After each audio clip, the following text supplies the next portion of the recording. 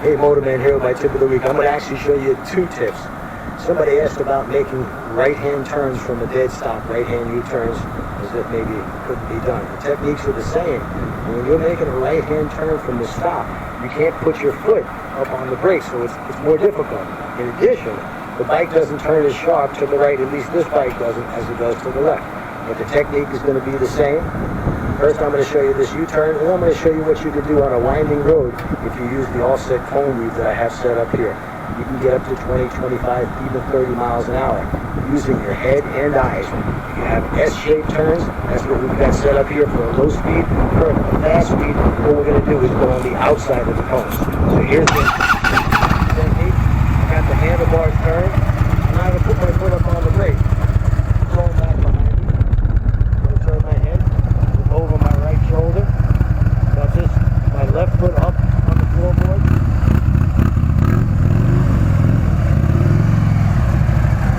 And around comes the motorcycle.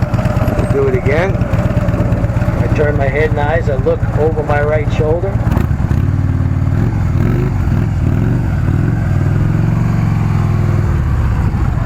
And yes, it is more difficult than the left-hand turn, because the left-hand turn I could really push down on that brake, get those handlebars turned, and let the bike almost fall over because I'm using that rear brake.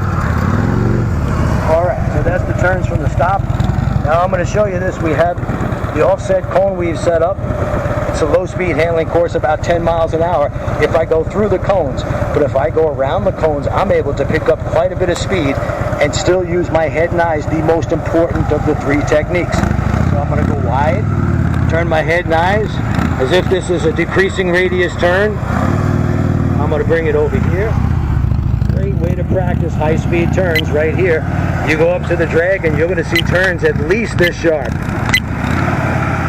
Look back this way. Now I turn my head over my right shoulder.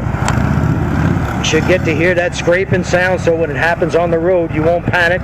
Straighten up your motorcycle.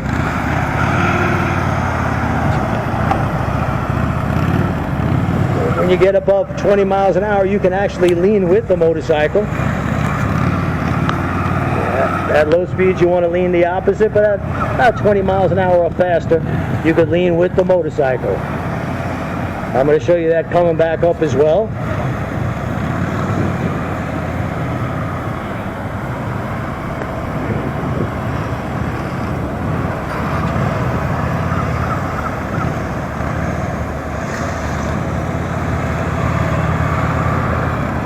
I'm looking at my speedometer here. I'm right at 18 miles, 20 miles an hour. I can now lean with the motorcycle because it's a higher speed turn. And I still could use a little friction zone. There are a lot of turns on roads like the Dragon where, yeah, you're going to be in first gear and you need a little friction zone. Second gear would be too high. So don't be afraid to use that friction zone even at speeds. The most important of the 3 techniques is the proper use of your head and eyes. You want to look only where you want to put that motorcycle.